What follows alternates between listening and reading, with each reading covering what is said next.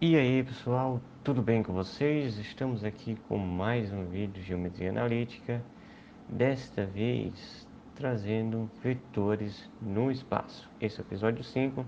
No episódio anterior a gente viu produto escalar e agora vamos para este. Primeiramente vamos apresentar aqui o nosso espaço tridimensional, o famoso R3. Temos aqui três eixos: o eixo X, que é o eixo das abscissas, temos o eixo Y, que é o eixo das ordenadas, e o eixo Z, que é o eixo das cotas. Bom, a gente tem que lembrar que esses eixos são ortogonais entre si, ou seja, formam um ângulo de 90 graus. E eles são planos, em dupla, ou seja, a gente tem um plano x ou y, que é essa partezinha aqui azul. Percebemos que no plano x ou y, ou simplesmente xy, o z é igual a zero. Logo, ele não vai ter essa altura aqui. Já no plano y ou z, que é a mesma coisa que x igual a zero, é como se fosse um plano cartesiano comum. Como se fosse. A gente tem o que? Duas direções, já que o x é igual a zero. Percebemos aqui que ele corta em todos os planos formados em dupla. E o plano x ou z, que é quando o y é igual a zero, ou seja, essa partezinha aqui não existe, ou seja, os pontos todinho aqui estão representados por esse plano. É importante saber que no espaço a gente trabalha com três dimensões. Uma é o que? A altura, que nesse caso é o z, está representado por z. A outra coisa é o que? A profundidade, que está representado pela direção x. E temos também a largura, que está representado pelo y. Bom, sabendo disso, agora vamos trabalhar aqui alguns pontos no espaço, no R3. Primeiramente, para você marcar um ponto no espaço tridimensional, começaremos sempre pela primeira coordenada, a coordenada x, que é essa daqui. O nosso ponto de origem é onde as três direções se interceptam, esse ponto zero, ponto O de origem. Vamos marcar esse ponto A. Temos aqui duas unidades, ou seja, a gente permanece aqui, e uma unidade para a direita, ou seja, a gente vai para uma unidade para a direita, mais ou menos aqui, não é muito preciso, e três unidades para cima, ou seja, vamos lá, uma, duas, três, vai ser mais ou menos aqui. Esse vai ser o nosso ponto A. O ponto B, ele tem o que? Coordenada x igual a zero, ou seja, a gente não vai ter profundidade, é como se fosse trabalhar num plano cartesiano. Vamos ter o que? Coordenadas 2 e 2. Logo ele vai ficar mais ou menos aqui. Ponto B. Já o ponto C, logicamente, quando a gente fala de menos, a gente está indo atrás do ponto de origem. No caso, que vai ser 1. E agora, no Y, a gente vai andar duas unidades para a esquerda, ou seja, uma, duas, mais ou menos aqui, e para 3 unidades para baixo do ponto de origem, ou seja, vamos lá, uma, duas, três. Esse aqui é o nosso ponto C. Claro que isso é muito aproximado, já que não tem... É como se... suponha que esteja de acordo esses pontos. Perceba que o modo operante para você marcar pontos no espaço é um pouco mais complicadinho do que no plano. Agora vamos a vetores. Como a gente coloca um vetor no espaço? Vamos lá. Primeiramente a gente vai marcar as coordenadas da extremidade deste vetor. As coordenadas são as seguintes: x igual a 3, ou seja, temos 1, 2, 3. Beleza. 3, né? E 4 para a direita. Vamos dizer aqui: 1, 2, 3, 4. Esse aqui. Estou fazendo esse tracejado já para ajudar na identificação. E temos aqui 3 unidades para cima. 1, 2, 3. Mais ou menos por aqui. 1, 2, 3. Deixa eu fazer aqui um pouquinho para ficar mais visível. Imagine que esse aqui seja o ponto de extremidade. Agora, para fazer o vetor, a gente poderia, claro, pegar de outro lugar, mas vamos pegar aqui da origem e fazemos assim. Este é o nosso vetor V. Claro que vocês talvez se perguntando, parece que ele está no plano cartesiano, não é mesmo? Só que isso confunde muito porque vocês estão vendo uma tela bidimensional. E estamos apresentando aqui um vetor na terceira dimensão, nas 3 dimensões, no espaço. Então fica complicado de vocês visualizarem este vetor. Mas percebam que ele está como se estivesse cortando a imagem, dando profundidade. Bom, em posse disso, agora vamos representar o vetor, esse mesmo vetor V, em termos das suas bases canônicas. A base canônica a gente já sabe, né? IJ, só que a gente vai adicionar agora o vetor unitário K. Então, como é que a gente vai escrever isso aqui? Primeiro a gente faz o que? Pega cada coordenada, 3, e multiplica pela base canônica respectiva das suas direções. No caso, o x é representado pela letra I. Temos aqui o vetor I unitário mais 4 vezes o vetor J. O vetor J ele vai estar aqui. O vetor J está aqui, que ele é representado pelos eixos dos Y, e 3 do Z. O Z tem o que? O vetor K canônico. Tem o que? Módulo igual a 1. Lembrando que a gente pode também representar o vetor canônico por esse chapeuzinho aqui. Então, a gente já sabe representar os vetores em termos das suas componentes. E vamos agora para estes assuntinho aqui: ângulos diretores e cossenos diretores de um vetor.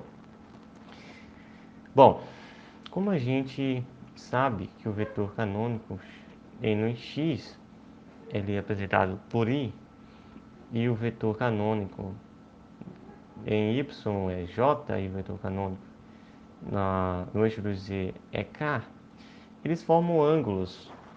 Ou seja, se a gente tiver um vetor v, e esse vetor ele é diferente do vetor nulo, a gente vai ter o seguinte: vamos ter aqui alguns ângulos formados pelos vetores canônicos. Ou seja, o primeiro vetor deles é o vetor no eixo x, ou seja, esse vetor v com o vetor da base canônica i. Temos o ângulo alfa. Então vamos lá. O cosseno de alfa será igual ao que? A gente se lembrou do vídeo anterior que a gente trabalhou com produto escalar e a gente definiu isso aqui geometricamente.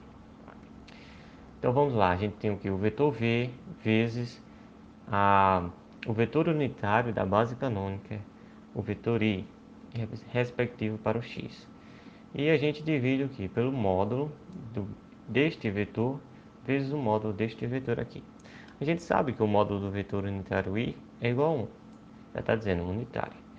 E a gente sabe que ele está na coordenada x, logo o resultado disso aqui é igual a x dividido por o módulo do vetor v. De forma semelhante, o ângulo beta formado aqui pelo vetor v e j, a gente vai ter o que? Y sobre o módulo de v. E depois, com o ângulo formado pelo vetor da base canônica k, ele vai ser igual que z dividido por o vetor, pelo módulo do vetor v. Bom, a gente consegue dizer uma coisinha com isso. Se a gente elevar, deixe-me colocar aqui, se a gente elevar cada um desses membros ao quadrado, ou seja, se a gente fizer aqui a soma dos cossenos ao quadrado de alfa, mais o cosseno ao quadrado de beta, mais o cosseno ao quadrado de gama, isso aqui vai ser igual a 1. Isso é fácil de demonstrar. Vamos fazer aqui.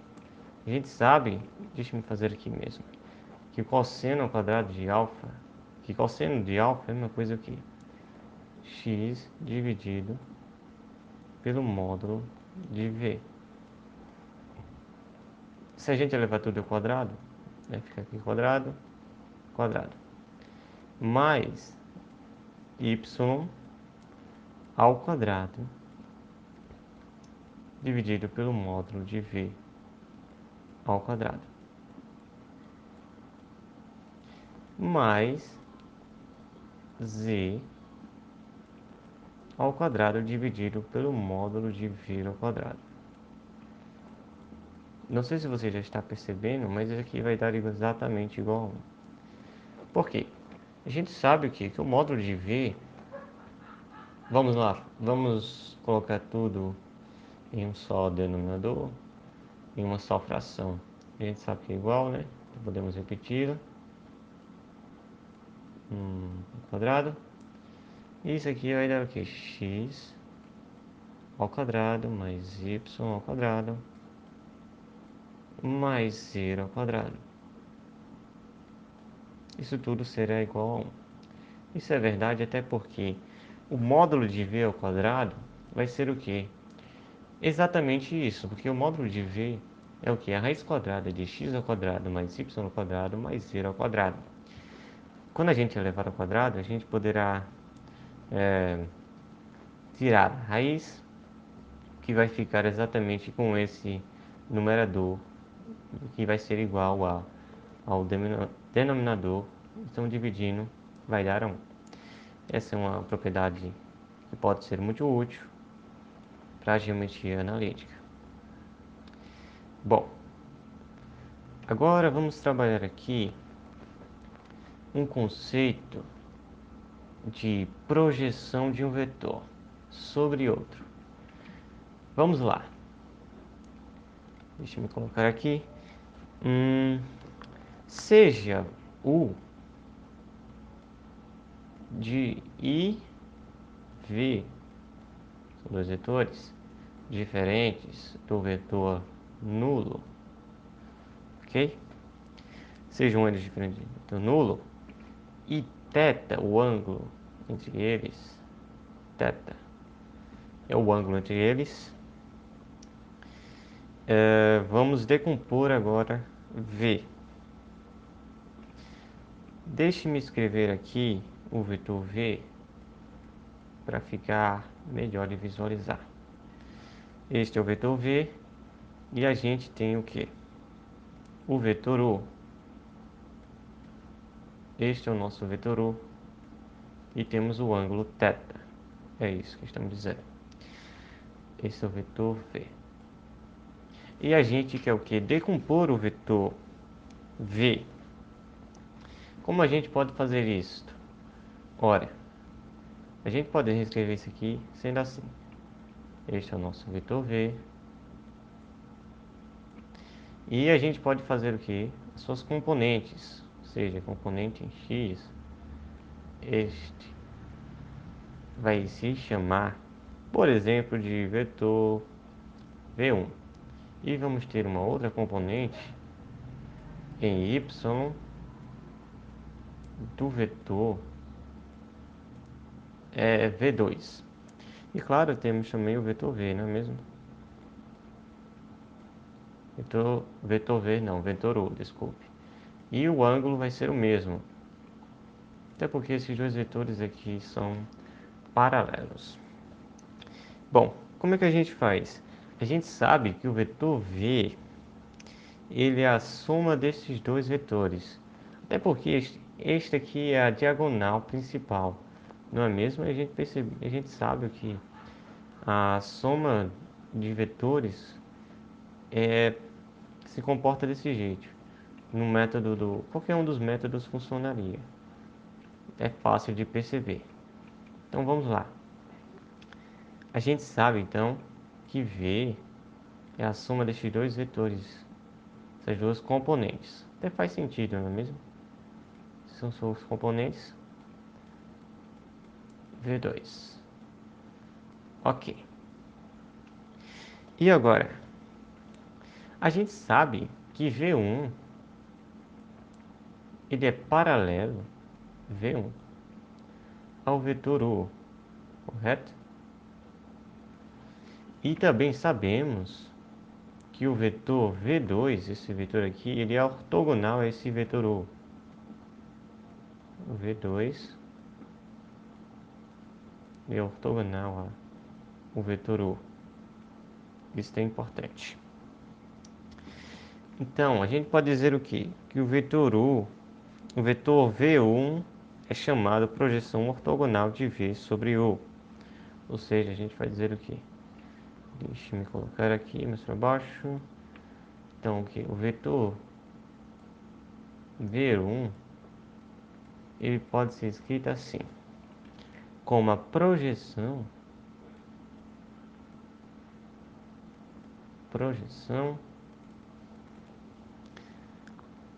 de que? De v em u, correto? Nesse caso, o v1 é chamado de projeção ortogonal de v sobre u, porque ele é ortogonal, a gente percebe aqui, ângulo de 90 graus. Então, o que a gente pode fazer aqui? A gente sabe que o vetor v1, ele é o quê? Ele é paralelo ao vetor u, correto? Então a gente pode dizer o quê? Que tem uma constante multiplicando o vetor u. Aqui é o vetor v1, ok? Então, o que a gente pode fazer aqui? A gente sabe que essa relação aqui a gente poderá fazer umas manipulações. Vamos lá, para reescrever aqui este vetor. Então o vetor v1 ele pode ser reescrito como sendo, se a gente subtrair v em ambos os lados e subtrair, não, vamos subtrair v2 em ambos os lados, que é mais simples. Ou seja, vamos ficar aqui v menos v2, ok? Ok, né?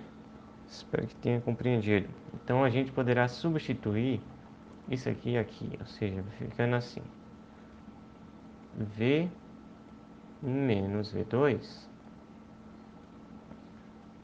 isso aqui é igual a k vezes o vetor u, correto? Mas e agora? O que a gente sabe? Ora, a gente sabe que o vetor v2 ele é ortogonal ao vetor u. Então, o que a gente pode saber aqui? A gente poderá escrever da seguinte maneira: o vetor v menos k, aí, menos ku, vetor u, isso daqui vezes o vetor U poderá ser igual a zero. Ora, igual a zero até porque a gente lembra da definição de produto, definição geométrica de produto escalar, quando a gente tem um ângulo θ. Se o ângulo θ for igual a zero, logicamente o produto entre os seus módulos também vai ser igual a zero. E também a gente pode dizer o que? Que o produto escalar entre esses dois vetores vai ser igual a zero. Mas a questão agora é, como é que eu cheguei nesta relação aqui? Olha, eu fiz o seguinte, eu passei esse aqui para cá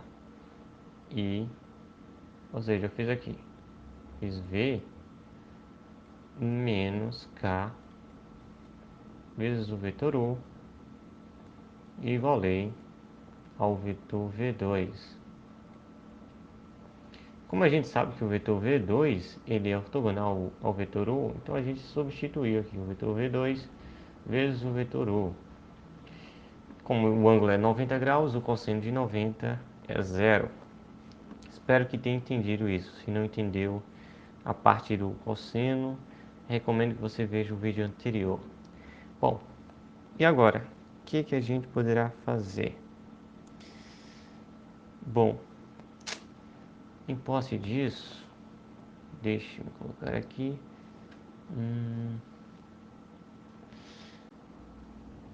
Logo a gente vai fazer aqui distributiva. Vamos fazer aqui V vezes U menos K vezes o vetor U vezes o vetor U. Isso tudo igual a zero. Agora a gente vai adicionar K vezes o vetor U vezes o vetor U em ambos os lados e a gente vai ter o seguinte.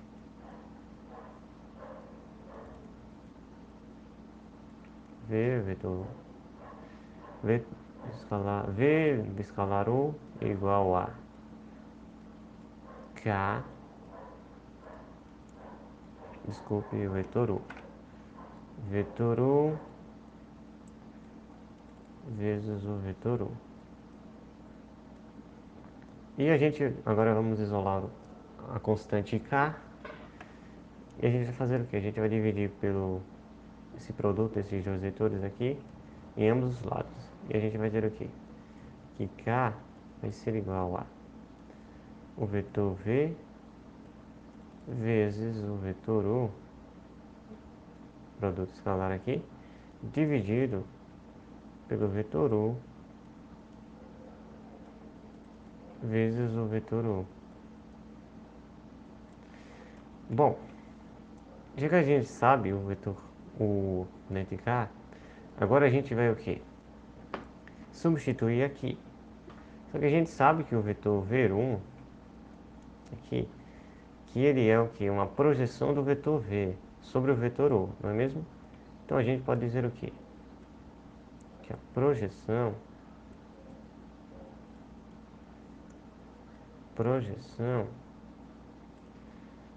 de o vetor V sobre o vetor U, ela é dada pelo seguinte, pelo vetor V1, que o vetor V1 é o que? Essa aí, constante K, que temos aqui. Deixa eu copiar aqui.